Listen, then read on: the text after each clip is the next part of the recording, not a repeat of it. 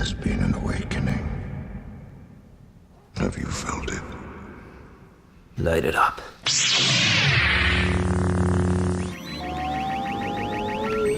Punch it.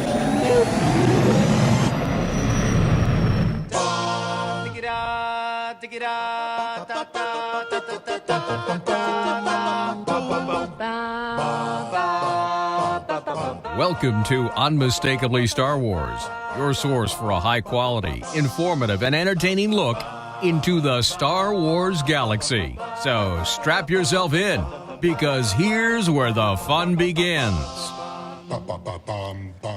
Well, you know, Carl, a few weeks ago we had some outrage going on this show, and Yes. I don't want to take away from the outrage we had last time, but I will say this is no longer faux outrage. I'm genuinely upset about this. I don't know if you happen to catch this on the Twitterverse this week, but it was mentioned as part of the extras with The Last Jedi, and of course going behind the scenes with Rian Johnson. One of the things he said was the fact that it's amazing, as I'm reading from the article here, Johnson explains, there is a coordinated effort by Russian accounts on the Twitterverse, hundreds of them, that were trying to influence the outcome of The Last Jedi. And I just have to say, listen, Russians, mess with our democracy, but stay the fuck away from my Star Wars. Oh, damn. Listen, we have drawn the line. We have drawn the line.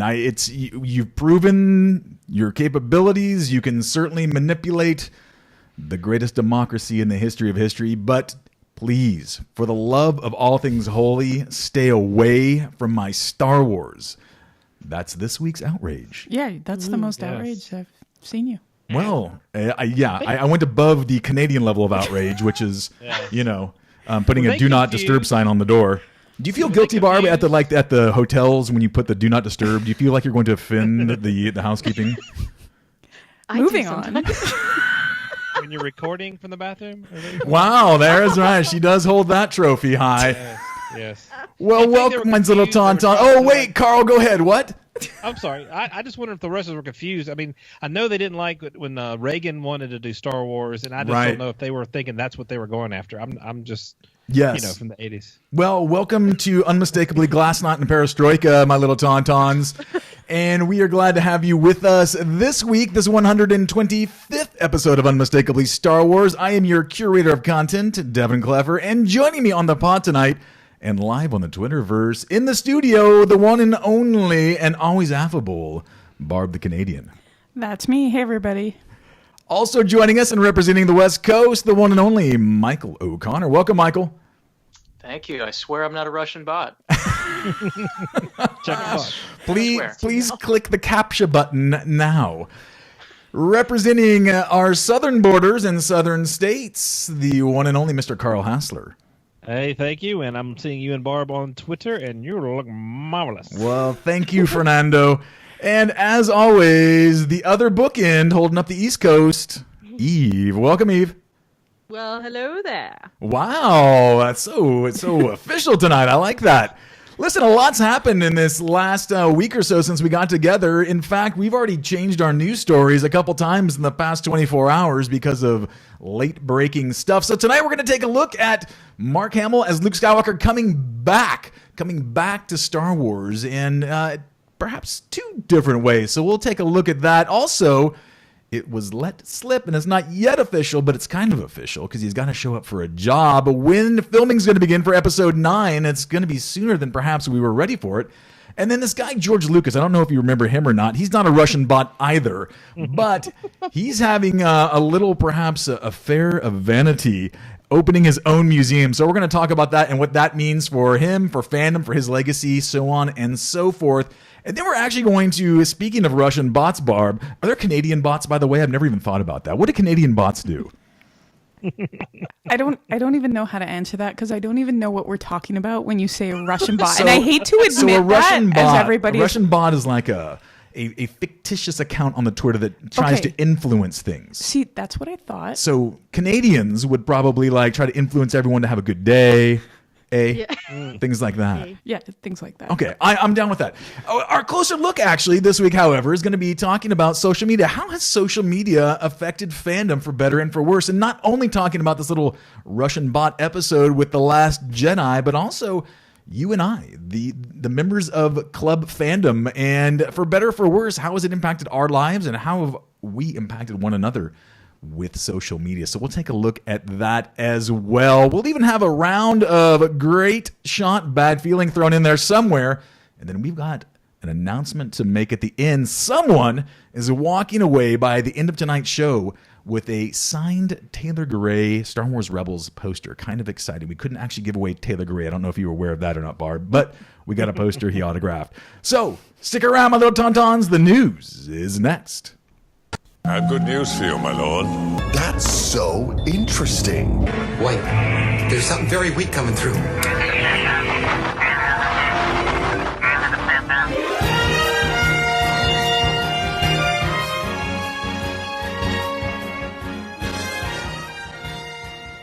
All right, let's jump in here, my little tauntauns, and talk about the news. Hey, first up, The Last Jedi, although perhaps poo-pooed by some in fandom, actually kind of stepped up to the plate and won some awards at the Empire Awards this past week. Daisy Ridley captured Best Actress. Rian Johnson captured Best Director. Mark Hamill got the Empire Icon Award. We also won, again with the Cleffer. Come on, knock it off. Star Wars also won Best Costume Design and Best Visual Effects. Carl, let me begin with you this evening. In your mind, do awards generally legitimize a film? Let's not even take it in terms of Star Wars films, just films in general. Do awards do something? Do they prop up the stature of a film, in your opinion? Honestly, I don't think they do a lot of times because, whenever there is whoever the gatekeeper is of whatever your thing is, whether it be music, movies, whatever it is, the people who actually do the voting kind of a lot of times look to see if something is popular, then it must not be good. And so to me, a lot of times they're looking to be different, to sort of, say, well, it appealed to the public, but they don't know what they're looking at like we do. So we're going to pick this, or this. And a lot of times it's also got to have a certain, it's got to have a message to it that they like. And sometimes I just want to go to a movie or see something that, I can just sort of check out a little bit on, and if it's executed well and I enjoy myself, and maybe they haven't changed my mind on some political issue, but I've enjoyed myself, it still should be considered a good movie. So for those reasons, a lot of times I don't necessarily think that just because it wins an award, it makes it a better movie, or it makes the statue bigger in my mind. I'm with you on that. I'm curious, though, have there been movies that you can recall right now on the fly that have actually changed your opinion on something, especially something political? I can't think of anything on the fly. No, I can't. I'm sorry. That's okay. No apology necessary. We get it. Sounded like a Canadian there. Wow. Me apologizing? No, Carl apologized. Oh, yeah. Wow. Jeez. Eve, jump in here. When it comes to film awards, is it an act of vanity, or does it actually make sense and give, I guess, a little bit of stature and momentum, I guess, to those films? Stature and momentum,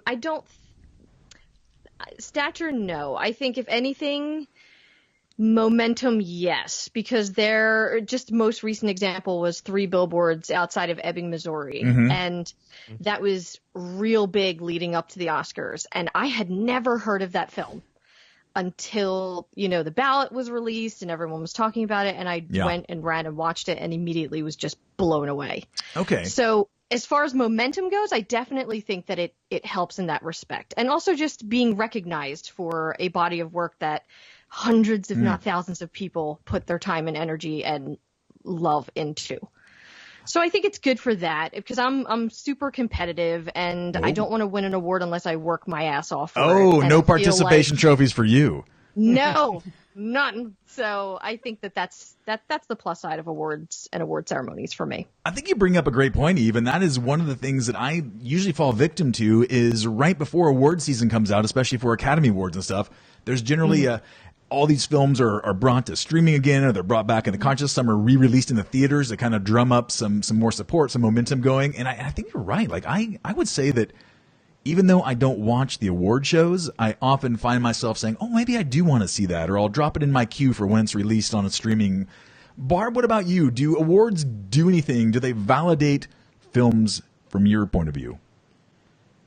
A little bit. Yeah. I think I agree with what Eve was saying. Is it gives them recognition. It brings them to the forefront of people's minds. Oh, maybe I should go and see that movie, or I haven't really heard of that movie, but because it's being nominated for awards, you start hearing about it, and if it's being nominated for awards, there's kind of a part of you that's thinking, well, it must be good. Okay. I know there's still a lot of politics behind the voting and what makes a best picture and different award ceremonies and things like that. But for the most part, I've been one that likes to see movies that have been nominated for best picture. Okay. And it was like a goal of mine to see every movie that's won the best picture award. Yeah.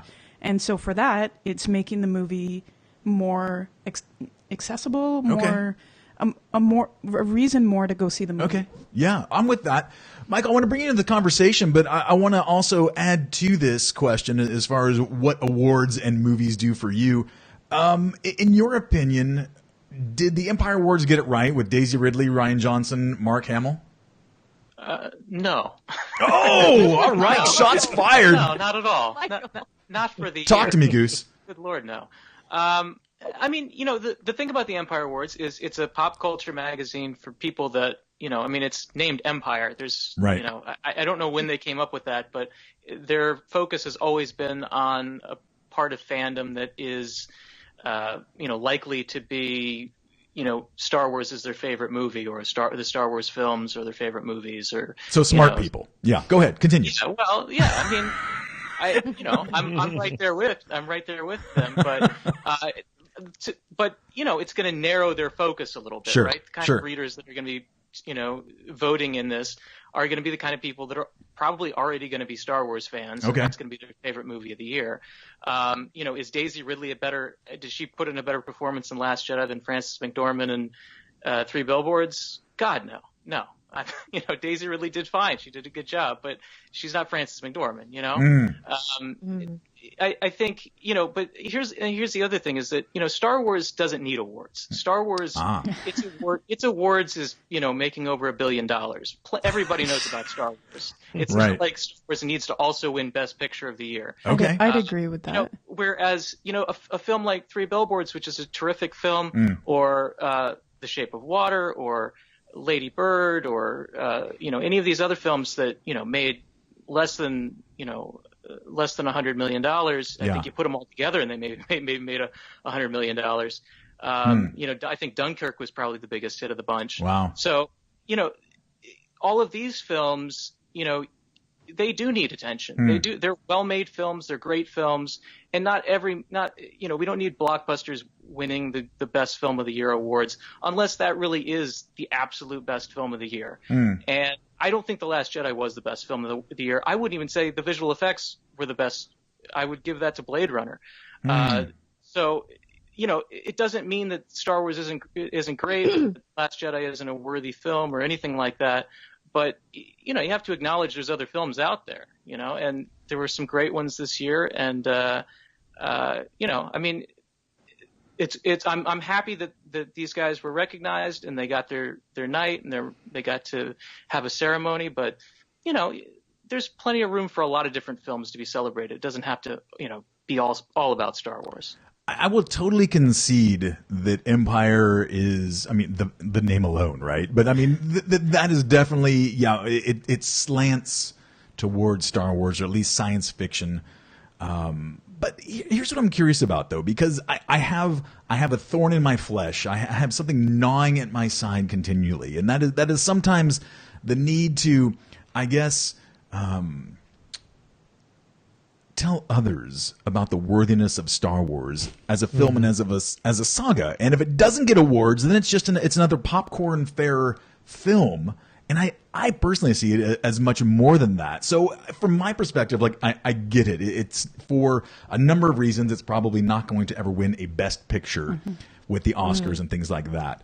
A lot of that is political. A lot of that can be traced back probably to some of the things that George Lucas did along the way and kind of smack around the Directors Guild and things like that. But He burned some bridges. For He sure. did burn some bridges, some Ewok villages. But in addition to that, though, I would like to see them get a film or get an award. And I think that it would bring some legitimacy. I want ammunition in my gun when I go to these highfalutin ivory tower-like people that say that Star Wars is just popcorn fare. There's a time for that, and I'm not going to totally disagree with it, but I want a little bit of swag on the shelf. But it seems like you're saying that if it doesn't win an award, then it's just popcorn fare. And I wouldn't agree with that either. Okay. I mean, Star Wars is way more than popcorn fare, and it doesn't need to win an award to be that. You and I agree Yes. with that. But I'm talking about the person that doesn't see what we see in Star Wars. Okay. Well, Yes. Devin, I I think see that. Devin, I think one thing is, the year that the first Star Wars movie came out, it was nominated for a ton of awards, including Best Picture. True. So, it did lose. It lost to Annie Hall, but it still was nominated up there with all this other stuff. It has won awards over time. And in the AFI's greatest 100 films of the 20th century or whatever, Star Wars is up there. It's usually in the top 10 or 15. So I don't think anyone is really doesn't anyone who respects movies and appreciates movies. I don't think they have a leg to stand on that. Star Wars doesn't belong. At least the original Star Wars and maybe Empire don't belong in the upper echelon of great films. I'm with you on that. I'll agree with that. Well, I'm curious, and Carl, let me throw this at you. When it comes to the naysayers, though, of The Last Jedi, because Michael, I think we can at least agree, though, maybe it's not award worthy when it comes to the Oscars and for a variety of reasons, but we can at least agree that it was a good film. Yes. Yes. Yeah. We're waiting for Michael to cue in. Michael, would you agree with that? I mean, It was my favorite of the new Disney films. I'll put it that way. Okay. I have problems with it. We'll get into this with the social media conversation we have later. I don't think it's a bad film. I don't think it's a great film. I think it's somewhere in between. There's things I like about it. There's things that I dislike about it. But I certainly think that as a piece of filmmaking, it is an exceptional piece of work, and that Rian Johnson did a terrific job realizing his vision. So I will give it that for sure. All right. Well, then, in the words of Lloyd Christmas from Dumb and Dumber, you're saying there's a chance. I'll take that. Carl, let me ask you, though, when it comes to the naysayers out there that just for whatever reason chose not to like The Last Jedi, whether it was because of Russian bots or whether it was because of they didn't live up to their own headcanon or just because they felt it wasn't a good film for whatever reason, do you think that now that it's got these awards in its cachet, that does anything for people that were either on the fence or that had previously bashed it?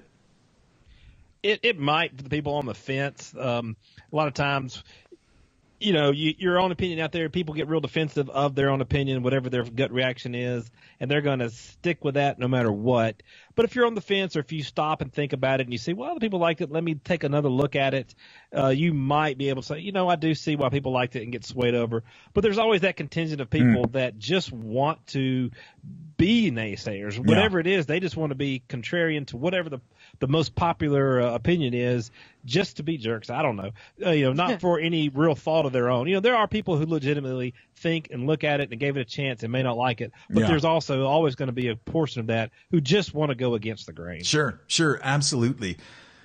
Barb, let me bring you in on this. It was mentioned over social media this past week, and though it wasn't an official announcement, kind of on the tail end of The Last Jedi that is, I think, still in some theaters out there, it was mentioned through Twitter, I believe, that filming for Episode 9 is going to begin as early as July, which is just around the corner. Does that sound right to you? It was just not maybe 4 weeks ago where we heard rumor that JJ had just completed the first draft of a script. Does this seem like this is going to be rushed, or does this seem like right on time for you? I really don't know how to respond to that because I'm not a writer. For me, it seems rushed. It seems, wait, did you really take all the time you need to perfect Episode 9? Yeah. And at the same time, I know that these are professionals and they can throw things out pretty quickly that are pretty good and decent. And July is still, what, 3-4 months away? Roughly 4, yeah. I mean, that's 4 months to really tweak. I mean, the comment came from John Boyega. We know he's going to be in episode 9, so it doesn't mean that he has a draft sitting on his lap yet. Absolutely true. It just means that he knows when he needs to be at work. Yeah. I get nervous, though, because as an educator, if you give kids enough time to work on stuff, they'll inevitably wait till, like, lunch, the period before it's due, to work on stuff. So I get nervous that, like, we're getting dangerously close to stuff, and we're just going to, like, start slapping stuff together. Yeah, and that's what I mean. That's what does make me nervous. I hope that that's not what they're doing. I don't think J.J. Abrams would be doing that. Right. And like I said, 4 months, if he's got a first draft already, maybe they could push it till the fall. Maybe. But is that, I mean, they're due to release it the following December, so that gives them a There's plenty year. Of time. I guess that is a... Slow down. Yeah. Take it easy. Relax. Eve, let me throw this your way. When it comes to what John Boyega said, whether intentionally or had an oops-a-daisy moment, Kathleen Kennedy is on record saying, Rian Johnson had the script for The Last Jedi, and he was very methodical, stuck very much to the script that was there on paper. Likewise, it was said that J.J. Abrams was much more fluid in the direction of The Force Awakens, changing things, reimagining things. There's not a right or wrong way to do that. Both were fine movies on their own. Do you think, as a fan, when you hear stuff like this, can or should the script be cemented very quickly after The Last Jedi is really just ramping up for its Blu-ray release in another week? I feel like cemented is a really finite word. A part of me thinks, yes. I would have said Jell-O otherwise, but go ahead.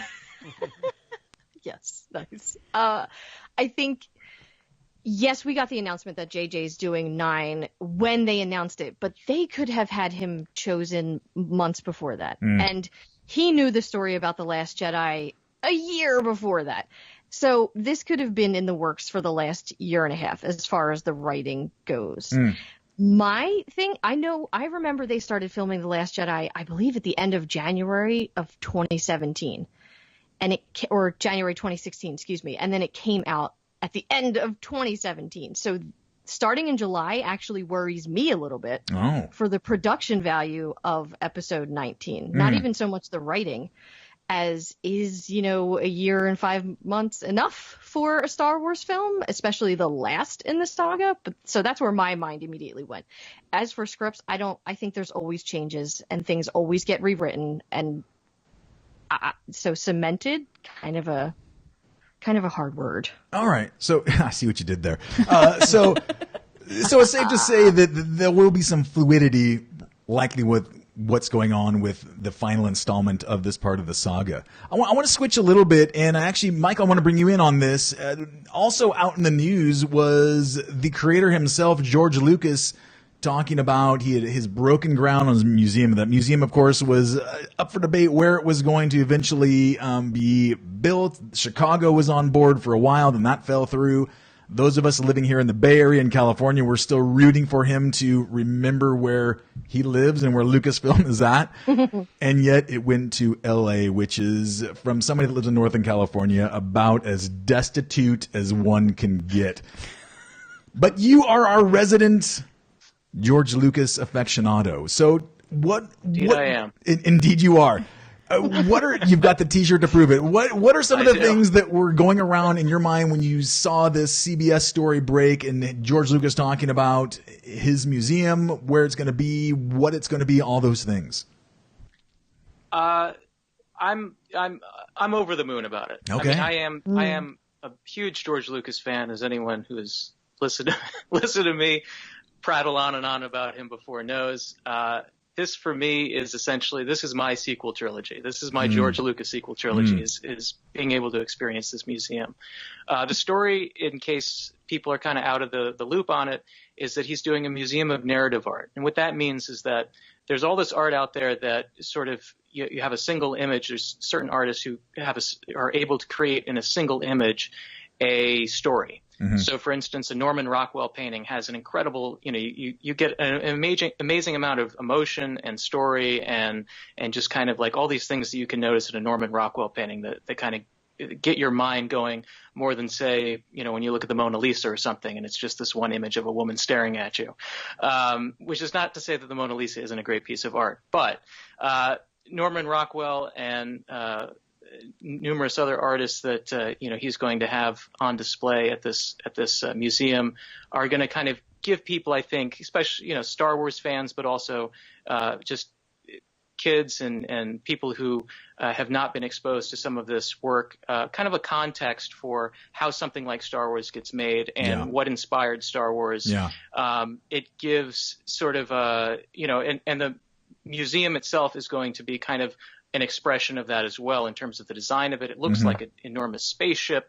You're gonna go inside and it's just gonna be like this room that you've never seen anything like it. And so what I'm hoping, and certainly the images that are being put out there right now are kind of showing, is that it's going to be sort of the art world equivalent of when people went into theaters in 1977 and the first thing they saw of Star Wars was the Star Destroyer, coming over their heads, is, giving people that moment of kind of awe, which, movies to a certain extent, and ironically George Lucas is to blame for this, have sort of, at this point now we've seen everything. So when we go to a movie theater, we expect the kitchen sink. Sure. But in 1977, something like that was like, oh my God, like I've never seen anything like this in a movie theater. To be able to maybe have a version of that as a museum, where a lot of museums outside the Guggenheims and the Louvre are pretty boring buildings, kind of dusty buildings with, a bunch of sort of status symbols and pretentious stuff inside that, nobody would actually want to go see, that was not, a big art snob. And this is a way to kind of democratize art and get kids invested in it and excited about it and kind of fire up their imaginations. So I'm extremely excited about it. Well, look, there's some of the things I want to totally jump in and agree with you with, and there's some things I want to push back on a little bit. And first and foremost, can we all just say Guggenheim? Because that's just fun to say, Guggenheim. Guggenheim. See, I told you. But in addition to that, though, I agree in the sense that, because I've been to the Guggenheim, I've been to the Museum of Modern Art in Manhattan, and those places fascinate me. And at the same time, literally, when my wife and I were there in 2010, there was, I kid you not, it looked like a piece of 2 by 1 inch wood that someone bought at Home Depot, and it was painted red, and it was hanging there. I'm just like, I could have done that. Yes, art, art. But here's what I want to, I guess, push back a little bit on, though, and that is, Michael, do you think that this is more than just self-aggrandizement on the part of George Lucas? He does so much for education with his Edutopia branch of George Lucas Foundation, but is this just kind of saying, come see what I've done? No, because it's not going to be a Star Wars museum, and okay. I think he makes that clear in his pitch for it. Is that this is if anything, Star Wars will be part of this, because it is part of the culture of storytelling, of art for storytelling, but it really will give context to Star Wars by showing the ways in which the entire art world, there's so much more to narrative art than simply Star Wars. So it will expose people to things that they've never seen before. And I think that for fans of Star Wars who, when we were kids and we saw Star Wars for the first time, we were going out on a limb and trying something new. We were seeing something we had never seen before. There wasn't anything else to kind of lead us into that. And I think it's important, as we get older, we tend to just sort of fall back on the same things, right? We continue watching more and more Star Wars, but maybe we stop watching new things that might, provoke our imaginations and challenge us and push us into new things. And so I think this is really great, because what this does is it essentially has, hey, you like Star Wars, but then there's this entire world of all kinds of this other stuff that you may never have heard of, you may never have seen. This is a great way to kind of expose people to that. And make sure you stop at the gift store on your way out. Carl, I want to bring you in on this. Is this someplace that you want to bring the family? Is it going to be a destination for your clan, or just if you happen to be in the neighborhood of Los Angeles, you may swing by if the lines at Wally World are too long? If Wally World, Wally World's got to be open. Right, right. No, I think I don't know if it's a destination, but as far as it being in LA, I think that all I know about LA architecture I learned from 500 Days of Summer. There you go. Which actually has the best use of Han Solo outside of a Star Wars movie. But anyway, I think it'd be a nice addition to LA because, only other thing is maybe the courthouse and the Griffith Observatory. So LA does probably need a little bit of more architectural landscape to sort of, it's a big city. It's a major destination for a lot of people. So adding to its, legacy of being more than just sunshine in California, I think that would be a nice place for it. And if I did get out to LA, I probably would, I'm not going to say I'm going to LA to go see this museum, but I probably would definitely say, look, if I'm out there, I'd like to check it out because it is an interesting looking building. Although one angle, it is like a spaceship. From the top, it looks like a bowling pin. From the side, another side, it looks like the Flintstone house. But, in LA, that stuff would work. Yeah, check it out. But I think it would be a neat place to visit, and there's going to be Star Wars stuff in there, and I would like to see that stuff. But this is something that George Lucas is passionate about. This is what he decided to do with his life was create art to tell stories. And so if these are things, and this is his collection, so it's not. I mean, sure, part of his collection is going to have Star Wars stuff, and I would be, some of the Ralph McQuarrie, the original, like the concept art and that sort of thing. I love seeing those things. Yeah. And so if they probably don't have some that you've never been published or whatever. So that part would be cool. But it's also this is his passion about, something that he's collected. It's not just his stuff. And, you spend your life and you build this colossal pop culture phenomenon and you profit from it. And you want to do something with that money. I mean, I think, spending $1 billion, it might be tweaking his ego a little bit, but it's still giving to other people. He put $1 billion out there. I mean, that's a lot of money just to get to be. I mean, he's got enough attention. He's George Lucas, for goodness sake. Right. People talk about him all the time. So I don't know. He wouldn't need to spend $1 billion just to get a little more pat on the back or attention. So I think it's really that it's something that he cares about, and very few of us ever get the resources to really follow through on something that we're passionate about and have a dream about. And so he's earned it. He deserves it. And so I think it's going to be a good thing. And I would go see it if I was in LA. I like that. I'll buy that for $1. Eve, weigh in on this. You're across the country. Is this something that you would back up the family and come visit intentionally, or would it just be part of a whirlwind trip to the West Coast? Okay. So I apologize to everybody I know living in LA. I would come out to Los Angeles just to meet the people I know, go to the observatory, and now stop by the museum. And that's what I'm talking about. Then I would roll right out because I have really no other desire to be there. This just kind of adds to it. It's like now you have to do this, but you're going to enjoy it, so just go.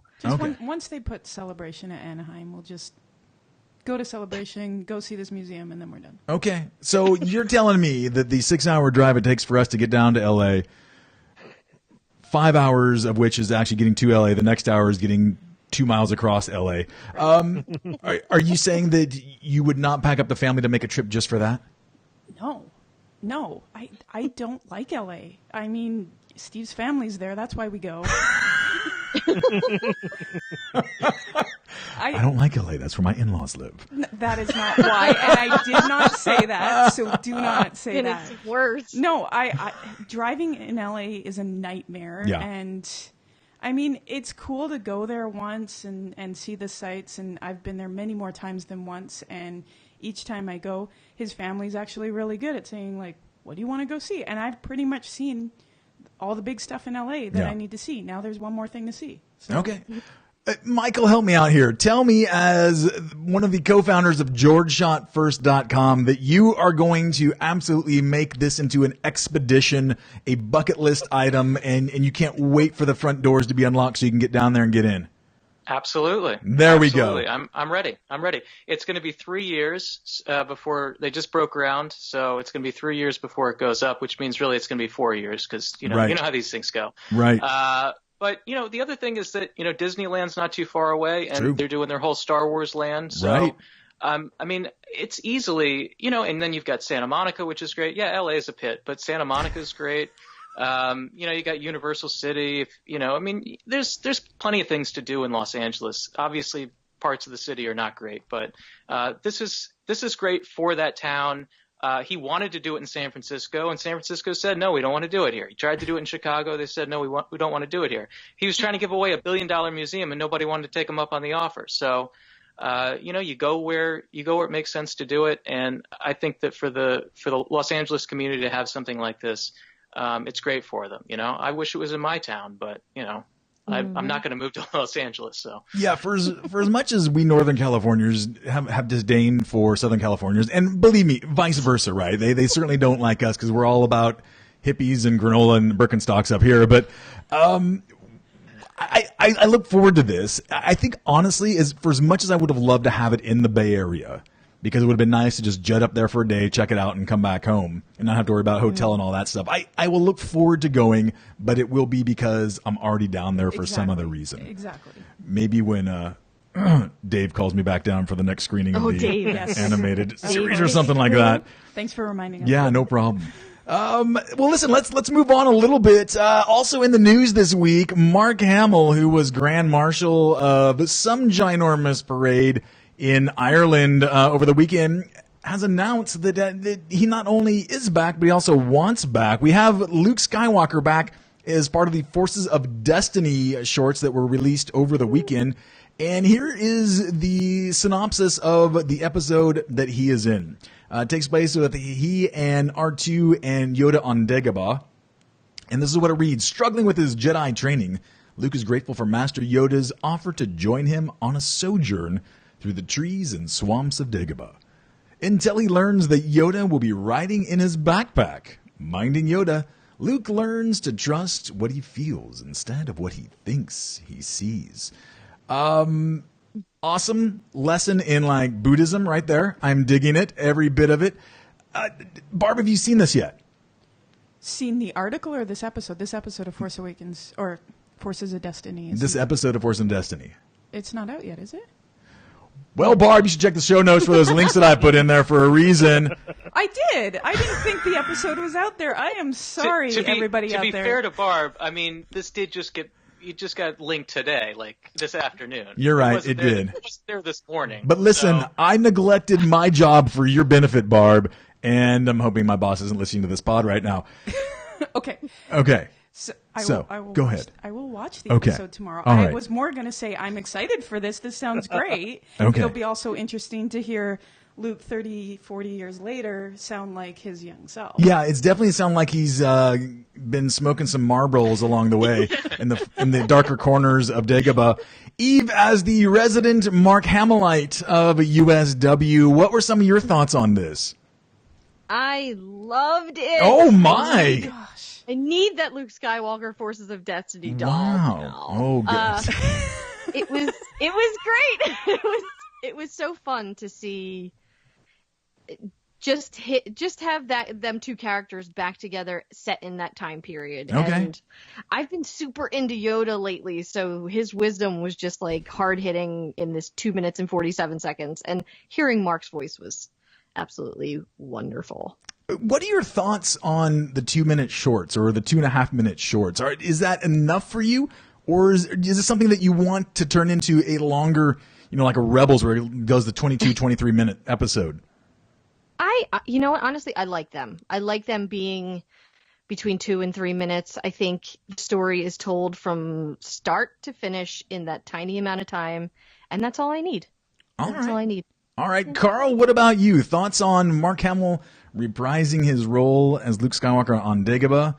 Forces of Destiny shorts. We're getting male characters now. I'm sure that there are recesses of the Twitterverse that are not happy with that. Just give me your general thoughts on this. It's about time. We haven't had men have any kind of role in any kind. It's so, men are just picked on. It's about time we finally got some kind of starring role somewhere. That's sarcasm. I hope everybody knows. Yes, but if you don't, at me, whatever. No, I enjoyed it, and it's good to see them get into more characters in Star Wars, and everybody loves Luke Skywalker. So it's great to have Mark Hamill do it again while he's still, with us. I hate to say it that way, but still, while he's still able to do so. So it's glad to, have his voice in there. It did sort of capture a lot of the way The Empire Strikes Back was. Yoda was more giggling and kind of having a good time, and silly Yoda, and not the also serious and depressed and sad Yoda that we see in other movies. So it kind of rekindled that spirit, and that's the perfect Yoda for the younger children that they're trying to bring in to the Star Wars, is kind of their gateway in. So I liked it. I really enjoyed it. The 2.5 minutes, I didn't like it first, but as I've watched more and more of these Forces of Destiny shorts, and they kind of squeeze them into things that you already know what's going on around them. So I think that makes it good enough, because kind of what happened before and what's happening next. They're just giving you a little slither of a small detail that really is not important to a story if you're putting it in a 30-minute cartoon or a 2-hour movie, but it's neat to have a little glimpse of what happened there. So I really enjoyed it. I like them. I like them more and more as I see them, and it was great to have Mark Hamill doing it. I'm with you on that. Michael, some of your thoughts. Does this capture the essence? Is it consistent with what we get in the film Empire Strikes Back? Yeah, actually, I was going to say that, I think the best thing about it is that it feels like a deleted scene from Empire. And then I think the worst thing about it is that it feels like a deleted scene, and that it feels unnecessary, Yeah.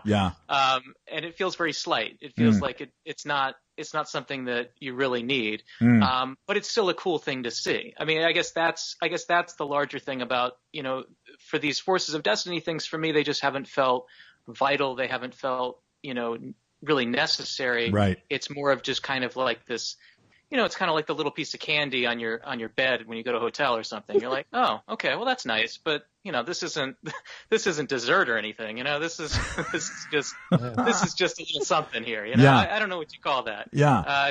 It's an after dinner mint. Is really there you go. Yeah. Forces of Destiny. A garnish. Yeah. Yeah, I think that's accurate. I think that it's interesting that in this particular case, some of the Forces of Destiny have given us this little crevasse, this little window into things that added to canon. And I don't really think that this really adds anything to canon. It is, I think you described it great as far as it being somewhat of a deleted scene. Whereas the newer one with Leia and her getting her Bouche Bounty Hunter costume from, spoiler alert, Maz Kanata, I think that brings a little bit more to the story itself, but I enjoyed this.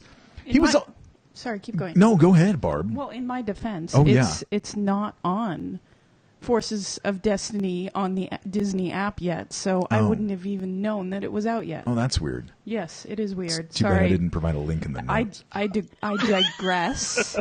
The link came way too late for me. Yeah. I'm sorry. I'm trying to justify my lack of. Yeah, it's okay. Preparation. No, it's all right, Barb. I'm not offended at all. Yeah, you're used to it with your high school if anybody out there is interested in filling in for Barb every other week, I'm just kidding. I'm just kidding. Here's what else I want to know, though, because Mark Hamill was actually interviewed by a good friend of the pod, Clayton Sandell, who will be releasing the interview in its entirety on either Good Morning America or another Nightline special here in the few days down the road. And one of the things that he talks about that got picked up is that Mark Hamill would like to return for episode 9. Barb, do you think that that's a good idea? That has always been my hope. I wanted to see him as a Force Ghost in episode 9. Okay, you want to see him as a Force Ghost, not like in a flashback or anything. You want to see him like in Mystical Blue. I would settle for a flashback, I want a Force Ghost. Okay, all right. Well, it's good to know you've given that some thought. Yes. Carl, let me bring it to you. Mark Hamill, episode 9. Yeah, first of all, you can't get rid of Barb because my diversity writer says there has to be one Canadian. That's right. That's our writer. Yes. That's all I've got going for me, apparently. Yes. But no, you've got to have Mark Hamill in it, I think. Not that you just want him there. I want him there, but I think you got to have him in there. You can't have Carrie Fisher. You can't have Harrison Ford. And, I think you still kind of want to have a legacy character. You've had them in the episode 7 and 8. I think you just kind of have it in 9 too. And Force Ghosts are a part of a part of Star Wars, especially the original trilogy. So he'll coming full circle with Luke learning that and being that and giving some kind of wisdom to whether it's Rey or doing something with Kylo again. But just, being there, I think the fans, especially fans of our generation, would really want to see him there because it's going to be the last time he's in a Star Wars movie, right? I mean, what else could they do? They could, but I just don't see a standalone movie with Luke Skywalker being, like in the time period right before The Last Jedi or somewhere in there. So, this would really be the last time we get to see Mark Hamill or any of the original, 3 in a movie. So I think he's got to be there. All right, I'll buy that. Eve, what are your thoughts on this? As if I didn't know. Yes, definitely. The most obvious question of the evening. I know, but my tiny little space and my bubble definitely wants Mark Hamill in episode 9. And now I know it's inevitable that will be his last movie, but hearing Carl say it just gave me some kind of sad feels. So yes, definitely want him in there. I would prefer like a flashback. Okay. Oh, see, Force Ghost. Okay. All right. So you're opposite of Barb. Then you vote flashback first, Force Ghost if necessary. Yeah, both necessary. Both necessary. All right, sure. Michael, jump in here. Thoughts on this? Is this a good idea? Prediction. Oh! JJ, prediction. You heard it here first. All right. And for the listeners on Twitter, they're getting the jump on this. Yes, this is true. Call All Vegas. Right, so, JJ will put Mark Hamill in episode 9, but no dialogue. No dialogue.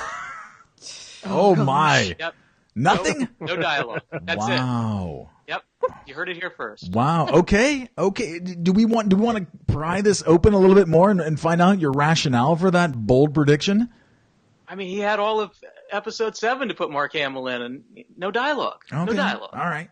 So the circle would be complete then. Okay. No, this is a compromise as far as JJ is concerned. He's like, fine, I'll put Mark Hamill in there because the guys from Unmistakably Star Wars want him in there. Yes. But no dialogue. No words. No words. Because Michael said that. Yes. That's the deal. All right. Well, who knows? We've got until at least July when the script is cemented. It's done. He's wrong. Well, the part for the script for Mark is already done. It is already done. Yes. Yeah. The table read will go fast, just like for TFA.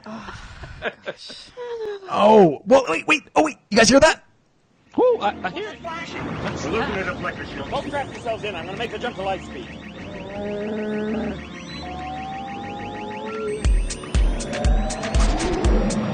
Great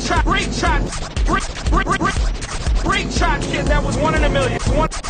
One in a million. I got a bad feeling about this. It is time once again for our game that is sweeping the podverse. Great shot or bad feeling. For those of you tuning in for the first time, here's how the game works. I'm going to give our panelists a scenario, and they're going to respond with great shot if they think it's a good idea or they agree with it, or bad feeling if they don't like it or they disagree with it. So let's go ahead and play great shot, bad feeling. Eve, I'm coming to you first on this, all right? Okay. Luke returns as a Force ghost in episode 9, but he's got to have at least 2 other Force ghosts with him. Great shot, bad feeling. Great shot. All right. Carl. Great shot. Barb. 2 other Force ghosts with him? Yes. Barb, I love you. I know. I'm awful tonight. I'm sorry. Bad feeling. Bad feeling. All right. Michael. Great shot if it's Ewan as Obi and Hayden as Anakin. Okay. Ooh, interesting. Now, see, that brings up something interesting with Obi-Wan, right? Do we do kind of a Rogue One Tarkin thing and bring Alec Guinness back? Yeah, see, I don't... Do we bring Sebastian Shaw back? I don't see bringing Ewan McGregor when it's after Alec Guinness. Well, and that's my argument against why you have Hayden Christensen in there, too. But for another time, Barb, for another time. All right. Could you have Leia in there? Even though they said they weren't going to use her image, could you have just a quiet Leia back there with him? A quiet Leia? People like that? I don't know. Talking about fanboys' heads exploding. That might absolutely just destroy Twitter servers. The Russian bots would not stand a chance at that point. Michael, I'm going to begin with you this one. Great shot, bad feeling. George Lucas prepares for his return to the film industry with, wait for it, Night at the Museum Star Wars edition. Oof. Oof. Oof. I'll go with great shot. All right, I'll take that. I'll go with great shot. All right, Carl, how about you? Anything from Lucas. I'll just take it. Fair enough. Carl. Bad feeling. Bad feeling. All right, Barb. Bad feeling. Oh my gosh, Eve. I'm a sucker. Great shot. There we go. All right. See if we can get Ben Stiller up for that. We'll try to get him on to interview him for that. Carl, a little bit. Let's begin with you this time. Forces of Destiny remaining shorts versus a 23-minute actual series. Great shot. Barb. Great shot. Michael. Bad feeling. Oh, say more. I don't know if they've got enough to tell a full story. I mean, maybe, but It just seems like they're going for kind of the whole point of the show is to have very small scenes. So yeah, I have bad feeling. It's the Schoolhouse Rock of the Star Wars galaxy is what it is. We're getting these little shorts that are trying to communicate big principles. Eve, your thoughts? Great shot. Oh, all right. Sounds good. All right, last one for this week. Barb, I'm starting with you again. Go for it. Here we go. Russians interfering on the Twitter with Star Wars. Bad feeling. Thank you. And the eye roll, extra points awarded for that. Eve. Bad feeling. My goodness. Carl. Bad feeling. All right. Michael. Bad feeling. We're in unison.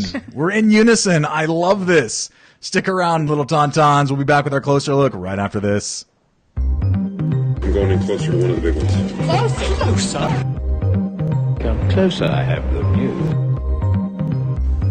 A certain point of view. Same thing I always do, talk my way out of it. The ability to speak does not make you intelligent. I never asked that question until after I've done it. You're going to find that many of the truths we cling to depend greatly on our own point of view. Never was there a truer statement than that right there. It's funny that got so much pushback and felt like they were trying to backfill and wiggle out of stuff. And that is, I was going to tattoo something on my body that was a quote, I think that quote would be it, Barb. It's a good quote. I know. I think it's so applicable to so many parts of life. It's all about point of view. Let me ask this. We want to focus on social media. Obviously, we had a little bit of fun at the top of the show with Twitter bots trying to influence things. And by the way, what they were trying to influence, I don't know if you read the article or not, but they were trying to influence that Hux would live. Apparently, they like that single straight white male look that Hux has got going on. But I found that of all the things they were trying to influence, that is the fascinating one that they were trying to go for. Nonetheless, well, apparently it worked. Apparently it worked. I mean, Ryan Johnson just rolled over to the Russians. God. Comrade Ryan Johnson, yes.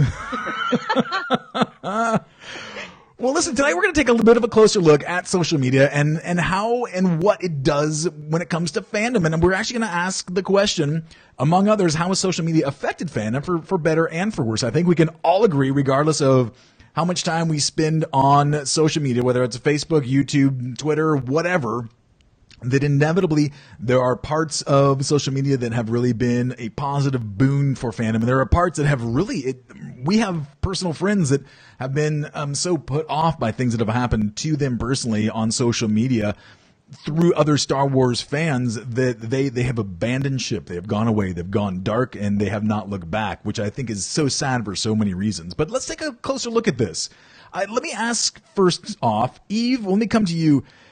Should and or can social media influence the direction of Star Wars? We had, as Disney came in and killed what was once the expanded universe, we had people in the Bay Area, I believe it was, actually rent a billboard close to Lucasfilm that basically said, make EU canon. Some of that, I guess, has come true. We have Thrawn back in. We have some other elements brought back in. Not that it was necessarily as a result of a billboard. Yeah. But what are your thoughts on this? Should fandom indeed have some influence on the direction of this Star Wars story? Should, yes. Can, most likely not. And interesting. I say that only from the perspective of putting aside Legends for the moment. Just all of the conversations from predominantly women asking for more women to be involved in Star Wars and spearheading projects and things like that. Okay. That is something that continually drives conversations on Twitter and fandom Twitter, and not much is changing there. Okay. With each new announcement. Okay. But should it? Yes, to a degree. As long as the core principles of what Star Wars is, as far as what it means to you and Barb and Carl and everybody. And me too. And you too, yes, I'm sorry. I call you Okano blog, but I was like, I can't do that. So yes, I think as long as that remains the same, then there should be room for wiggle room. I love the way that you read that question, because it wasn't how I intended it at all. And I love what you brought to it as far as perspective, because I really was going after, like, should fans be able to influence direction of story, bringing this character in or out? But I love where you took it. And I'm with you 100% on, I think, fandom's collective voice, for the most part, asterisk included, that want to get, whether it's women or people of color or whatever, and whomever else directing things or seeing some type of representation, whether behind the camera or on screen. Carl, let me come to you with this, and you can choose to go either what Eve brought up or the original intent of the question. Do you think that fans should have some type of influence on the direction of Star Wars, be it story or who is writing, directing, etc.? Eve's already covered it, and I agree with the way she did it on writing and directing. So I'll go back to the story, and I still think the answer is yes, they should have some influence, because there are artists who just create art because that's what they want. They don't care what people think about it. Yeah, and that's not their main job. But when you're making a movie and when you're Disney and you have shareholders, evidently, and they've shown this a lot of times, you want it to make money, and so. If you want it to make money, you want it to be popular among the fans who are going to spend their money on it, then you probably want to do something that lines up with what they want to see. So I think they should have some influence. Now, that can go too far, I think. I mean, there are times when, if a lot of people who didn't like The Last Jedi had their way, we would probably have the same type Star Wars story over and over and over, and it might get stale. So, sometimes you gotta sort of go against what people think they want to keep the franchise alive. But at the same time, if you're trying to make money with it, you want to sell this, you're in the business of making art, not just doing art for art's sake, you're going to have to listen to your audience and know what your audience wants. You bring up several great points, and I think one of them that you did really well is reminded us that, like, we're consumers, but it's not like we're going to Applebee's and ordering the steak how we want it. And by the way, please don't order steak at Applebee's. But anyway, that was a horrible illustration on my point. But you get where I'm saying, right? Yes. As a consumer, you go to a restaurant. Let's say you go to Kraft in downtown New York City. And you order things, and you want your steak this way, and you want your sautéed shiitake mushrooms a certain way. You want your paired red wine a certain way, or a certain vintage, or whatever else. Whereas movie patrons, we don't necessarily have that same sway, nor perhaps should we as well. Michael, let me bring you into this. To what extent, if any, do you think fandom should have in steering or influencing the direction of Star Wars? This is a tough one. This is a really tough one, because on the one hand, I mean, Star Wars is, more now than ever before a consumer product. But it has always, to a certain extent, been a consumer product. But George Lucas had a very specific way of doing things that he wanted to do. He wanted to tell his story, and if people didn't like it, then, who cares? Right. And now the emphasis is on, broadening Star Wars and bringing a bunch of different voices to it, and making it more palatable to a larger audience. Even though it was always fairly palatable, at least to a large mainstream audience, because it was always making buckets of money. Right. I think that, when you say, though, that audiences don't really get a say in terms of the movies they go see, I think that's in some ways correct, but in some ways not correct, because you do have movies that are focus grouped, and certainly big blockbuster films and things like that. And I don't know that Star Wars has to deal with this at this point, but certainly other blockbuster movies, they're going to run it through a theater. They're going to get opinions. They're going to get, people telling whether they like that steak, medium, raw, or well done. Right. I think as far as it goes with the EU people and kind of what they're looking for, I don't necessarily, especially after reading this article and reading what their demands are, because I was a little hazy on it myself. And my original thought was that the EU people wanted essentially to strip the new Disney continuity, to throw it away and just say, no, everything has to be just like it was before. We have to have this one continuity. Right. And at least the thing that I got out of this article was that isn't what they want. They essentially just want more books that are set within their continuity. And as far as that goes, I don't see anything wrong with that. I don't see why we can't have a publishing division or an offshoot of the current publishing division that reaches out to some of their favorite authors. And if there is a demand for it, if there's a consumer demand, and people will continue to buy those books, and continue that story that these people, enjoyed. Their continuity existed for a lot longer than the current one has existed. So, if these folks grew up in the early 90s before, but when there wasn't really any new Star Wars, this was Star Wars to them. Right. They had legitimate claim to wanting to continue that. I think it all depends, if they can, create a movement and create enough interest in doing that, and Disney can look at it and say, hey, we can make money doing this, and these people could get what they want and everybody else could get what they want. I don't see any problem with that. All right. Well, that was thoughtful, and I'm interested how many people would agree that are listening to this or watching this right now. How many people would align themselves with that point of view? Barb, weigh in on this. Where do you stand on this? It's interesting because as I've listened to everybody talk, my perspective has changed a little bit, but it's because there's so much out there that we're talking about. Yeah. There's those fans out there that are irate, that are outraged about The Last Jedi, that it needs to be removed from canon and things like that. Yeah. And that was what I was thinking about when you posed the question of should fans influence Star Wars? And I'm like, no. This is a good movie. Just because there's a percentage of people out there that didn't like it doesn't mean that they need to scratch that. Right. But that doesn't mean that there's not fans out there that have a love of Star Wars and the Star Wars universe, and as Michael put it, the expanded universe and where that went and how much they like that, to have that influence as to where it's going. And I think they have. I mean, they've brought back why is his name? Thrawn. They've brought back Thrawn, and I was thinking of Timothy Zahn, and he wrote they brought the author back who wrote in the expanded universe to write a canon novel. So their influence is definitely there. I don't think that it should be necessarily directing the specific story of Star Wars. Okay. I think that, like I said, I like to leave that up to the professionals, and sometimes where I think it should go doesn't mean that everybody else is going to think that. It's interesting you brought up the word professional, because I think that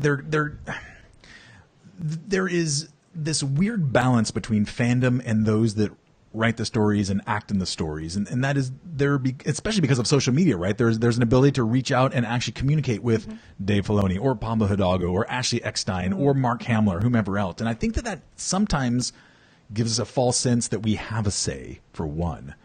And I think at the same time, it can also, well, I think it has a chance and an opportunity to enhance the fan experience. I think it also can really cause us to forget that, no, actually, they're professional actors and professional writers. And, I enjoy baseball. Baseball is the greatest game in the history of humankind. And one of the things that I absolutely love is hearing people call up sports talk radio after a game and said, oh, the manager should have done this or he should have done that. And it's like, fool, if you knew what to do, you'd be managing baseball right now instead of calling in from your sofa Barker lounger with your, white tank top and your belly showing while your Ham's beer is warm in your hand. Anyway. Well, that's one of my That's a very vivid Yeah, image. thank you. I thought of that, yeah.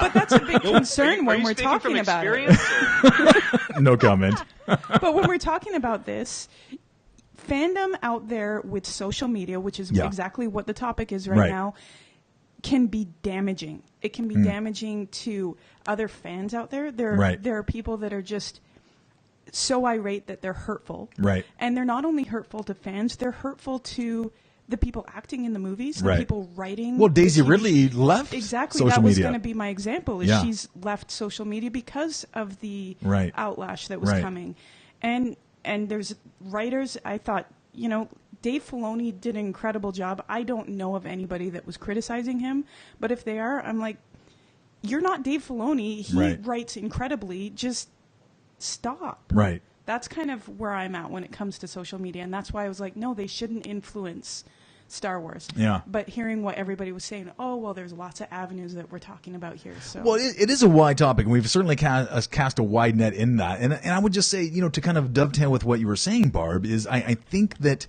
when it comes to having sway, having influence, look, if Dave Filoni or Kathleen Kennedy call me up and say, what are some of your thoughts on this? Like, I'm happy to fill them in, but I have no expectation as a fan that they're going to acquiesce to my will, no matter how many change.org petitions I sign. With that in mind, Carl, I'm going to bring you in on this because I believe, sir, you and I are the ones that were around for the original Star Wars in 1977. So let's talk as a couple old dudes on the porch as we're telling kids to get off our lawn. How has fandom, in your opinion, evolved since the original Star Wars?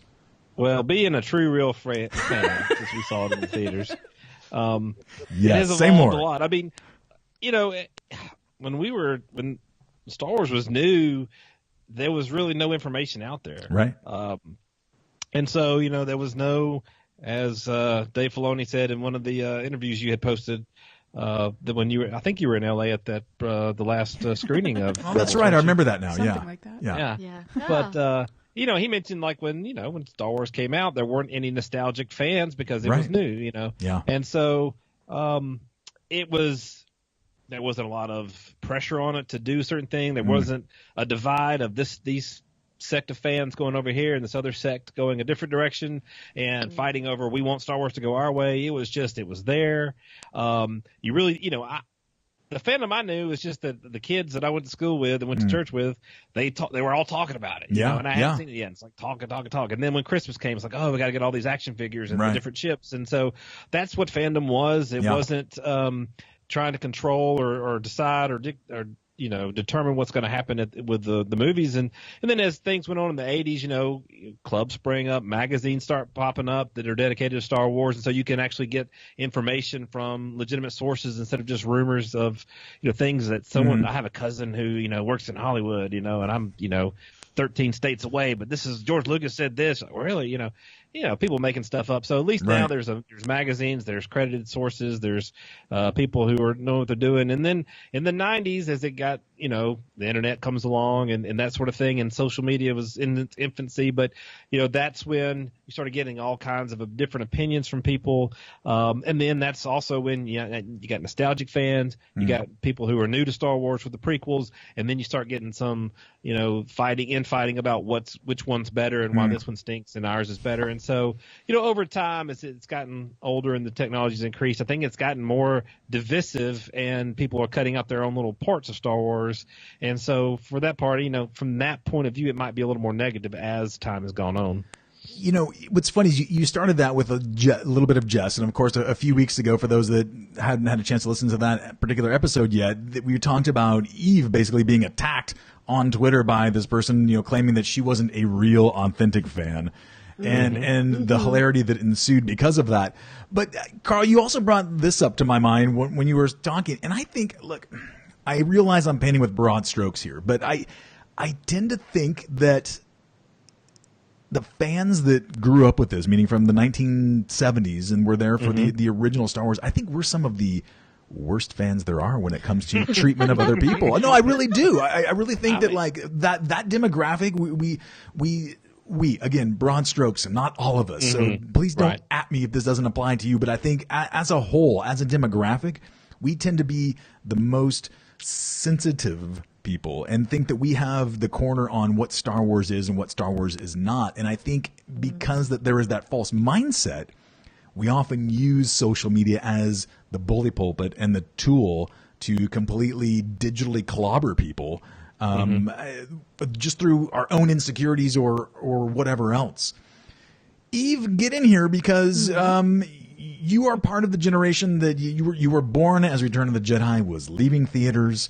Yep. For all I know, your mom gave birth in the theater as she was leaving The Last Jedi, or rather Return of the Jedi. But what are some of your thoughts? Because you are obviously well networked on social media, and you have seen both the good positivity that it can bring fandom, and you've also personally experienced some of the negative sides of that. So when you see how fandom has evolved, and in particular with social media, what are some of your personal experiences or insights that you can lend to this conversation?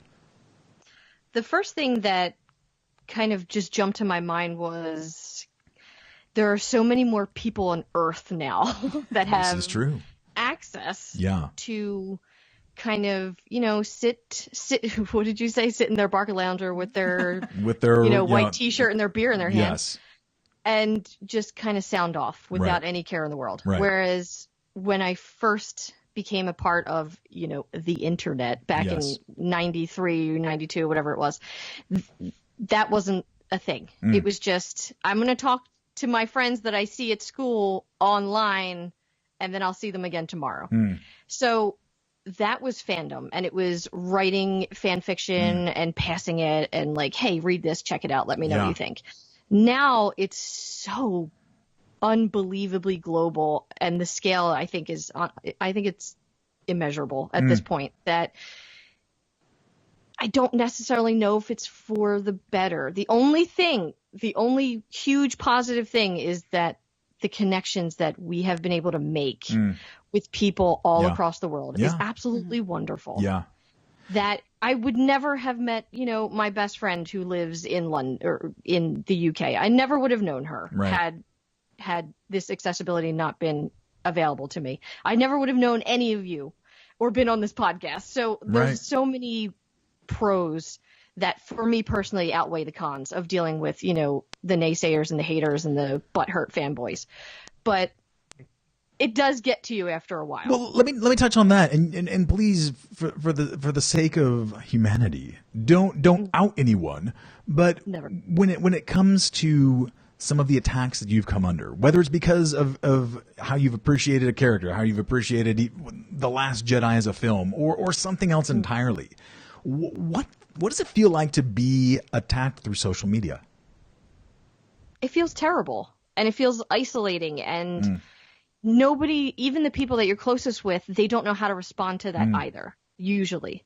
So with the exception of you and, that one person who just decided you're not a real fan because you didn't choose to be born at the appropriate time. Yeah. How dare I? But that was kind of the first instance where I didn't have to kind of wage my own war against somebody that meant absolutely nothing to me and my life in the grand scheme of things. But even at that, though, I mean, our great friends of the pod, and of course, fellow Star Wars Escape Pods Network clan, Charlotte and Caitlin with Sky Talkers Pod. Oh, yeah. I don't know how long it's been now. It's been probably 6 months or so now. But I mean, they were viciously attacked for some of the things that they had posted just in just great fun, showing some of their cosplay and stuff. And they were viciously attacked by, some troll out there that was just so outrageous, and bless their hearts for even not completely jumping off the social media bandwagon through all that, but it was brutal just to watch. Yeah. Michael, I want to bring you in on this, and as you kind of weigh in on this part of it, I also want to throw the next part of the question out there, and is, do you consider fandom a noun or a verb? Well, it is technically a noun. I'm pretty sure. Don't get technical with me, and I can't believe I'm quoting C-3PO, but go ahead. Well, you do love 3PO. Oh, for $2 a month, I fucking love that droid. You got it all the way. Yeah, it's a noun. what's the can you fandom? Can you fandom something? No, yes. It's a noun. Yeah, all right. Netflix and fandom? I don't know. Yeah, I guess so. Yeah. All right. Yeah. No, I guess to chime in on what everybody else is saying, I think everybody is doing a great job in kind of dealing with this topic. I think there are, and I appreciate what Eve was saying. There are good things certainly about social media. It's easy to forget that when it feels like so much of fandom is so toxic. And in my own experience, I kind of took a little bit of a break from Twitter at the end of the year just to kind of refresh my batteries, and just things were kind of blowing up on my feed, and nobody was really coming after me in particular, so I haven't had that experience that Eve has had. But even just seeing what everybody is saying to one another, and on both sides of the aisle, really, for people that are both loving, The Last Jedi, and people that hated The Last Jedi, both sides were just kind of baiting each other and trolling each other, and making these broad generalizations about, what kind of a person are you if you don't either A, love Last Jedi, or B, hate Last Jedi. Right. And myself being someone who neither hated it nor loved it, I just kind of felt like, looking at it from afar, I just kind of felt like, well, I don't feel this strongly about this on either side, certainly to be going after other fans, and to be gatekeeping, and to be saying you are not a true fan unless you feel this way. Right. So I think that is part of the problem, is that sometimes we think we're the good guy because we are in support of Star Wars, but sometimes how we interact with others then just further drives away the people on the other side. And yes, some of them are awful people, and some of them are misogynists and trolls and everything. But some of them are also just people that maybe they don't like it, and maybe their Star Wars is a different Star Wars than your Star Wars. And there's been so much Star Wars. There's so many different things that you can love about it. There's no reason, to draw lines in the sand saying, this is what counts as being a Star Wars fan, and this is what doesn't count. So, yeah. No, I love that, Michael, and thank you for bringing that up. And allow me, please, to go back to my Applebee's analogy. And that is, we certainly wouldn't sit across from a table at Applebee's and scream at the person, go, how can you order that? I mean, we maybe should be yelling just the fact that we're going to Applebee's to begin with. But you understand what I'm saying here. We wouldn't, for their choice in eating a steak versus eating a chicken taco salad or whatever else it is. But yet we take this stuff so personally sometimes. I think that we forget to have perspective on the fact that we're talking about movies and books and comics. And yes, it means a lot to all of us. And at the same time, let us not lose our humanity in protecting what we love. Carl, I want to swing it back your way. When it comes to your fandom, how has social media influenced your fandom? Not necessarily looking for good, positive interactions you've had or negative ones, but just as a Star Wars fan in general, has it enhanced your fandom in seeing the films and reading the books, or has it impacted it at all? Yeah, I'll say, one thing about me is when I go to a movie, I don't like, and this question that everybody says, and I even catch myself saying it, but I don't like to talk about the movie right after I saw it. I kind of want to, because I know that, maybe I need to think about it more fully and see it. So I don't like to necessarily talk with who I left the theater with. So, but after I left The Last Jedi, I was like, I was really curious about how other people felt. So I just hashtag Last Jedi Twitter, and I was actually surprised how many people really were against it and how many people weren't, how many people loved it. So, and you see all that, but but the problems that I had with the film, and I'm more like Michael, I was in the middle. There was things I thought it was a good movie, but there are things that I was glad to say I still don't like what they did with Rey's parentage, and and there's reasons for that, but but I did see other people's opinions on why that was a good thing. And so I could say, okay, I see what he was going for. I see what the point was. I wish he hadn't done it that way, but okay, I'm fine. And I didn't let it ruin my life, and I didn't let it, say that the movie is awful just because one part that I didn't like about it. So, but it did help me see different opinions, because through all the noise, and there are people who are very extremes and trolls, or just want to have a very extreme opinion of this is the only way it can be. Right. There's also people in the middle who will say, look, this is one problem I had with it. I like the movie overall, but this is one thing maybe I question. And they give you a intelligent answer, or, a reason of why they're thinking that. And so you could find those, and then you could say, okay, you know what? Maybe I didn't think about it that way, and I see the point. Or no, I still disagree with it, and I don't like it, but I don't hate the person or hate the movie or hate whatever, or love it, and you're terrible for not. So it helps as far as just trying to see somebody else's point of view if you don't quite get what was going, what you wanted to out of a movie. Yeah, and isn't that interesting? Because we began tonight in the news talking about not just Twitter bots, but being able to kind of defend where we're coming from, or, defend Star Wars as a franchise, whether it has awards or doesn't have awards. And I think that we often feel that we need to defend whether we like it or we don't like it, and trying to convince somebody rather than actively listen and understand why someone may like it or not like it.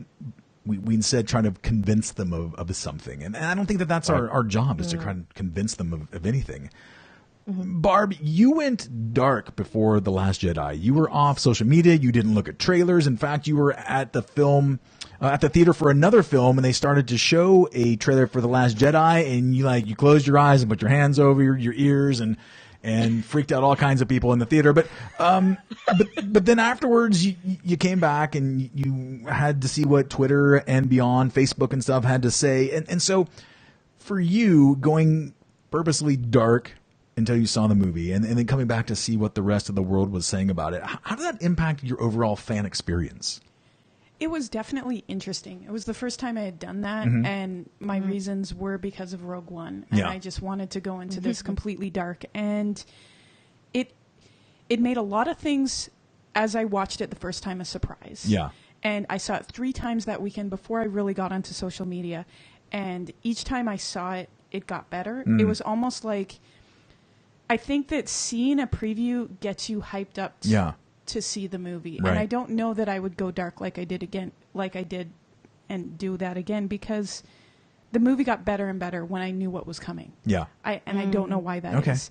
And then with the social media response, I mentioned this before on a podcast a while back, was there was so much backlash as to, is The Last Jedi good and bad, and so much negativity, that what it caused for me was, why did I like it?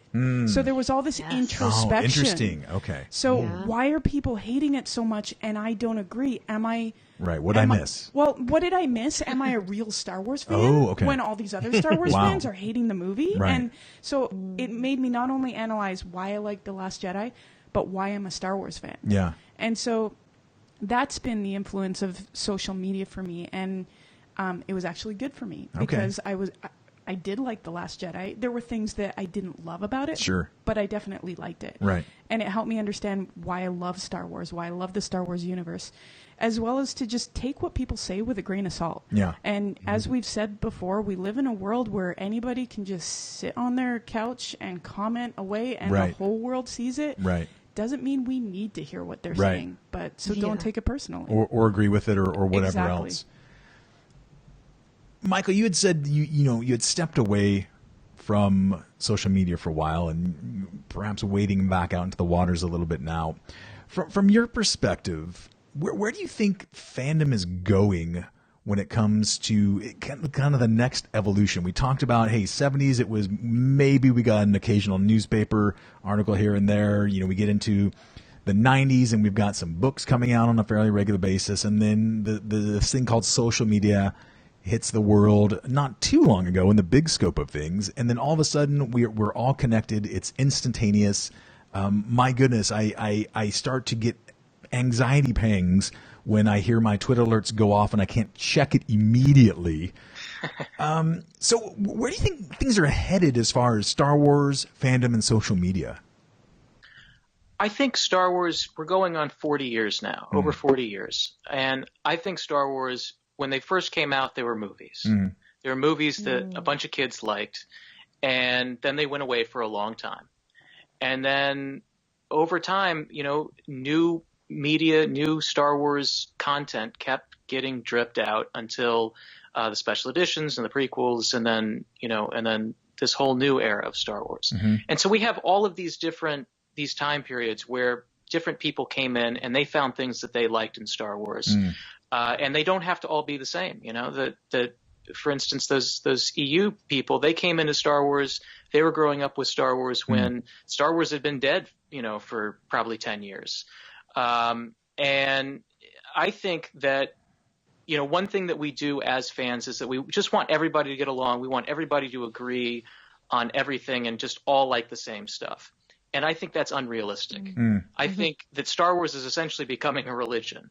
And when you look at the history of religion has groups that splinter off. They go in different directions. They find things that they like. They find ideas that they like, and they follow those things through. And they say, those things over there I don't like, but this I do like. And they fight. They have infighting, and they squabble with one another. And it's mostly because this is the way humans are. Is that we all want to think that our version is the right version, and that other guy who's got a version who likes something that we like, it's pretty much the same thing. But that guy, it's slightly different. I mean, you look at Protestant versus Catholicism, and it's like, well, there's a lot of this stuff is the same. I mean, I'm probably going to get bombed for saying that, but there's definitely crossover. There's definitely crossover. There's a lot in common. There's more in common than there is not in common.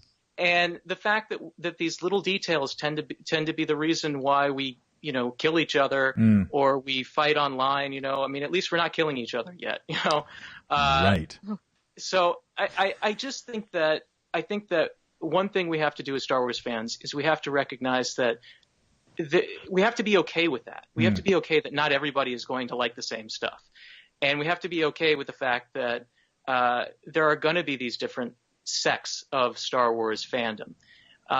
And if it's splintered and, it's not a whole that brings everybody together on one thing, that's okay. It's just not realistic to expect that that's going to happen. Right.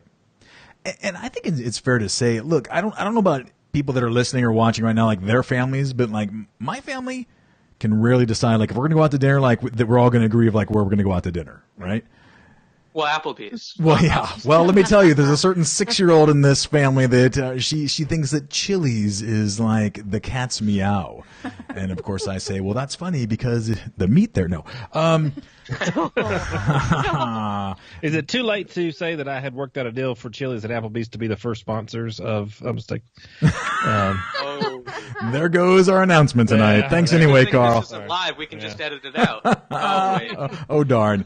But I think that Michael, you're right. It's unexpected. I don't even know that it's a good thing that we all agreed on everything when it comes to Star Wars. That means we'd all have like the same favorite character and the same scene and all that. And I think that that's one of the beautiful things about Star Wars is there's such a diversity of story themes and storylines and characters and journeys that obviously some resonate more with us than others, and perhaps that's based on our own upbringing or our age and stage in life.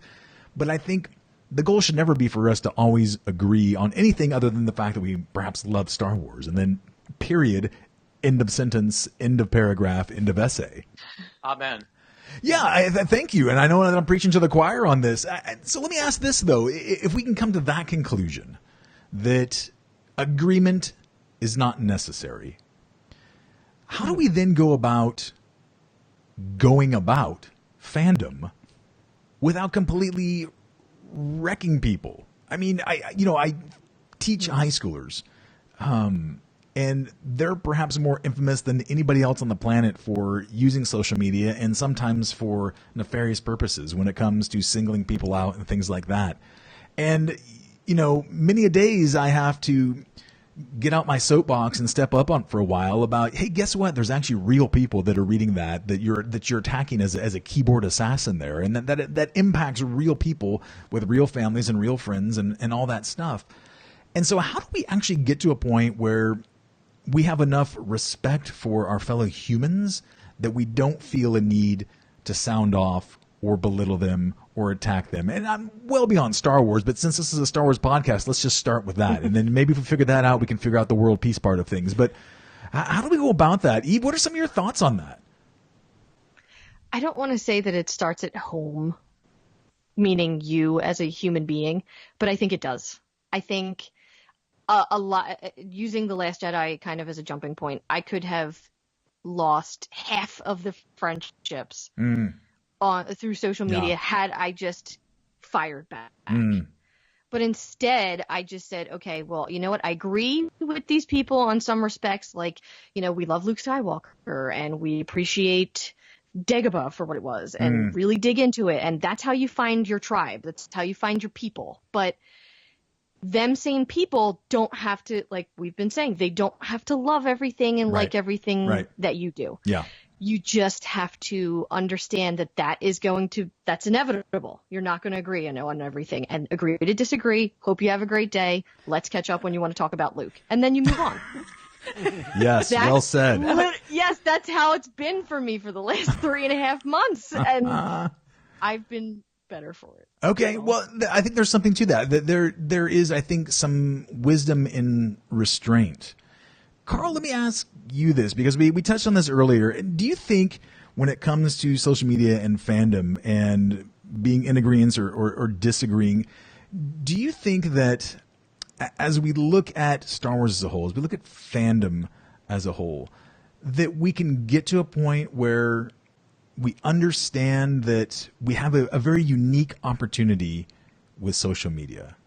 And that is, as Eve pointed out earlier, to connect, to know and be known by other people, which is an awesome thing. There's, one of our listeners of our show happens to live in the UK, and I'm not going to say his or her name, but this person just is very brave and transparent on the Twitter about the challenges that they face with depression.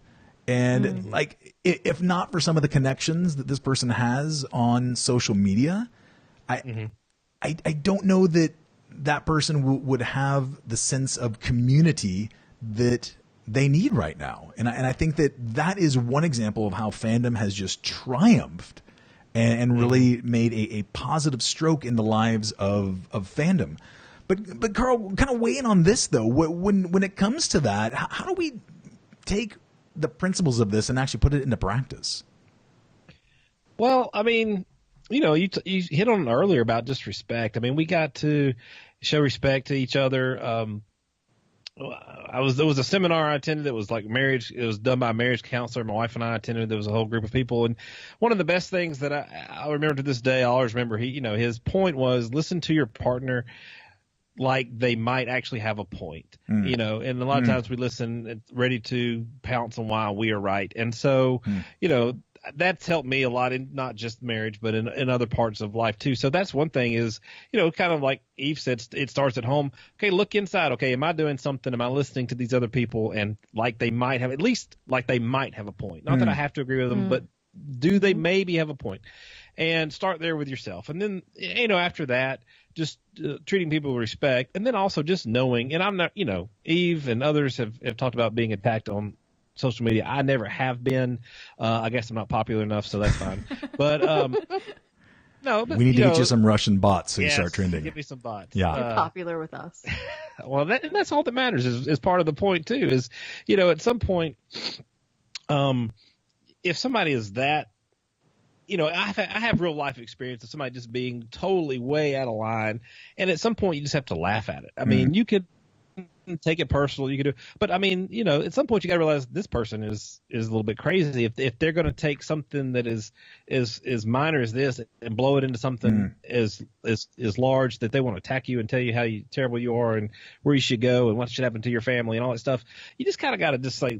And part of the time is like, I think I mentioned earlier before we started recording, sometimes there's just people who they don't really have that opinion. They're just seeing if they can get a rise out of people. Yeah. And we know those people in real life. We all went to school. There was that guy that always was just like picking at you, right. Just to see if they can get you to lose your temper or whatever. Right. And just realize that those people aren't worth it. And, mute them, delete them, or just kind of laugh at them, move on, and then you can find the people like you've talked about, Devin. We've found so many other people and focus on that. That's the people who are worth our time, and from that, everything else you can just fade to the background. Well said, Carl. And I think that, just to kind of pull back the curtain of Unmistakably Star Wars for a moment, I think that's one of the things that those of us that were there in the very early stages of even talking about this becoming a reality, we talked about some of the experience that we had had online as fans and how we saw not only hypocrisy, but we saw so much negativity and everything. And so it was less of a marketing play as it was just our genuine heart to really be, focused on promoting positivity in fandom. And that has been our battle cry and kind of the banner that we fly under. And that's not to toot our own horn. That's just that was birthed out of being on the receiving end of negative experiences on social media. Michael, do you think this megaphone, this bullhorn called social media has really just perhaps unintendedly, I don't know if that's a word. I'm going to call George W. Bush and see if it is. Thank you. Has unintentionally given people a voice louder than maybe was initially intended? It's the Frankenstein monster, really. I mean, it's, but it's democracy. It's, and it's democracy also, because the thing about democracy is that it's great. It gives everybody a voice, but it's also terrible because it gives everybody a voice. And some of the people that you're giving a voice are terrible people. Yeah. So it's you got to take the good with the bad is really what it comes down to. I think that for fans, trying to figure out how to navigate social media and trying to figure out, how they should interact with folks, I think the best thing you can do is, share what you love, be passionate about what you love. The things that I love about social media when it comes to fandom, I love seeing, people's thoughts on different scenes. I love, people pointing out Easter eggs or sharing the illustrations they've done or the designs, or they've maybe baked something or knitted it with a Star Wars theme. Like that stuff is wonderful. That stuff makes you feel like, oh, this is great. This is another Star Wars fan out there. I love people getting into the weeds on some theory they've got about some arcane piece of Star Wars lore. When you're coming out like that as a Star Wars fan, I don't think really anybody can come at you. I think that's the kind of stuff that everybody, the people that are interested in that are gonna come towards you, and they're gonna say, "Oh, this is cool. Let's talk about this. This is really cool." I think part of the problem comes from when we go out on social media and we make declarative statements about this is this way. This is how I feel about this. This movie is the best. These other movies are not as good. This character is lousy. When we kind of come out and we're very, declarative and at the same time we're negative about something, that's when we kind of invite criticism and we invite people to come and challenge us on those things. And I mean, you can do that, but just be prepared for people coming back at you. I think it's better to focus on what you love rather than focusing on what you hate. Yeah. And if you can do that as a Star Wars fan, I think you'll only bring people towards you that feel similarly or want to talk with you about it, as opposed to, bring in people who see an invitation to argue. Yeah, I think that's great advice, Mike. I really do. I think that if we can focus on the parts that we love the best and try to get perspective from other people, whether we agree with it or not, I think it's a fascinating study in to see what other people enjoy about the franchise. And even if you walk away with the tiniest sliver of insight into somebody else's fandom, I think that in and of itself can be a super positive thing. Hey, we're getting ready to wrap things up, but we want to know from you, what are some of the things that you have known with your fandom and social media? Have you noticed it really enhance your fan experience? Have you noticed it really detract from your fan experience? Perhaps both. We want to know. Stick around, my little tauntauns. We'll be back right after this to wrap things up. We're not done yet. Wrap it up.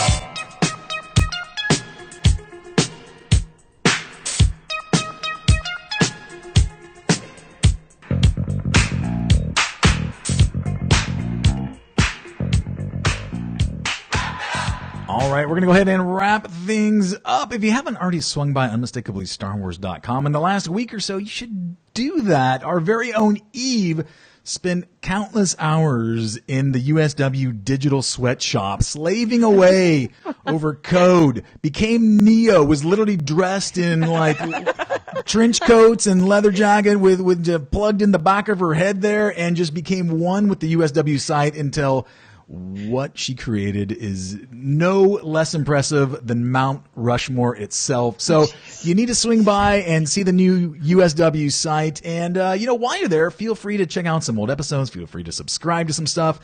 There's even some fanfic still left up there for another week or so. So if you haven't read that, by all means, cruise by there and check that out. And Eve, speaking of exciting announcements, you've got something that you need to put out there to the interwebs. What do you got? I sure do. So I don't know if everyone's aware, but at the beginning of March, Devin was personally asked to fly down in his magical plane carriage to Burbank, California to watch the Star Wars Rebels series finale. Yes. Did you know that? I don't know. But Eve, while you're on that topic, who sat next to me at the roundtable discussion? Who was it? Dave. I think Dave. It was Dave Filoni. Yeah, right? I call him Dave, but sure. Go ahead. Continue on. Dave. Yes. Go ahead. Dave. He took the seat right next to you. Yes, it was the only one. But Not still, because go ahead. it was the only one. But because it was, we need to sit next to USW. Because I pushed the old lady next to me out of her chair so there'd be a chair available. But go ahead. I mean, you have to sometimes. You have to. But while you were there, you managed to score a signed Rebels poster by the one and only Taylor Gray. That's him. We ran a 2-week-long contest for it, and we have a winner. Oh, we do. We had over 160 entries, which is good. I like that. But who's walking away with the Taylor Gray autograph poster? So, a magical, wonderful unicorn woman. I love her. Her name is Megan Camp. You won. Wow.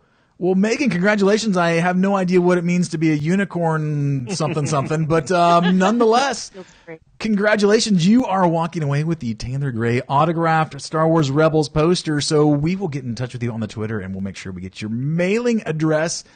And what's cool is, Eve, you and I have been kind of talking off air about some other fun giveaways leading up to, there's this little Han Solo movie that's around the corner. So I don't want to pull anything out of the bag quite yet, but Eve, is it fair to say that it might absolutely blow people's minds what we're willing to part with?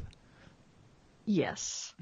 Thank you for that. The mind-blown emoji is going to take over Twitter. Indeed. So stay tuned for that, my little tauntauns. As always, you can catch us on the Twitter Monday evening, 7:15 p.m.-ish Pacific time, and also 10:15 p.m.-ish Eastern time. We want to also thank everyone for hanging out with us this week. It's because of you that we go ahead and turn on these lights and hit record and get to talk Star Wars. So thanks for being part of stuff. You are part of our extended family. And of course, we also want to take this opportunity to thank our patrons who are not only part of our extended viewing and listening family, but of course, step up and make financial investments in this pod. So Brandon Boylan, Dave Hackerson, Michelle Grondine, Neil Lowery, William Pollock, Regina Sanders, Connie Shih, Aaron Sinner, Christa Smolenski, Franklin Taylor, Brad Tracy, who, by the way, Brad has got a new podcast that he is launching. So look for a link to that in our show notes. Michael Ward, Amy Wishman, and I'm going to do it twice on the pod this week, Barb. I am going to say I love C-3PO 2 times on this pod. See if we can turn that $2 into $5. We'll see. I'm going for it. I am going for it. Listen, I know I've said this, but I will continue to say it again, that your contributions go a long way for allowing us to branch out and spread the positivity of Unmistakably Star Wars. And that includes everything from literally hosting the site to getting studio lights so that we could broadcast live on Twitter, for stuff like our soundboard that's to my left here. All those things add up, and it's because of your generosity. And if you're part of our listening family, we love you regardless. If however, you feel that you could step up and be a patron for as little as $2 a month. Trust me, that goes a long way to helping us bring you quality programming week in and week out. So if you want to learn more, you can simply go to unmistakably.starwars.com, click on the Patreon link, and it'll give you all the information that you could possibly hope for, and probably even more, to be honest with you.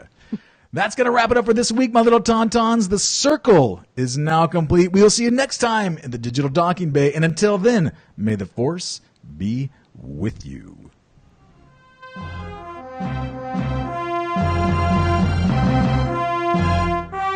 Unmistakably Star Wars is a member of the Star Wars Escape Pods Network. Explore more great content and get to know our sister shows at weareescapepods.com and on Twitter at weareescapepods. The Star Wars Escape Pods Network, promoting positivity in fandom.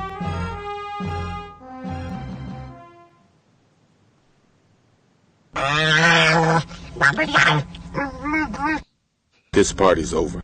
Move along. Move along. Tauntaun scares the crap out of people every week. We are clear.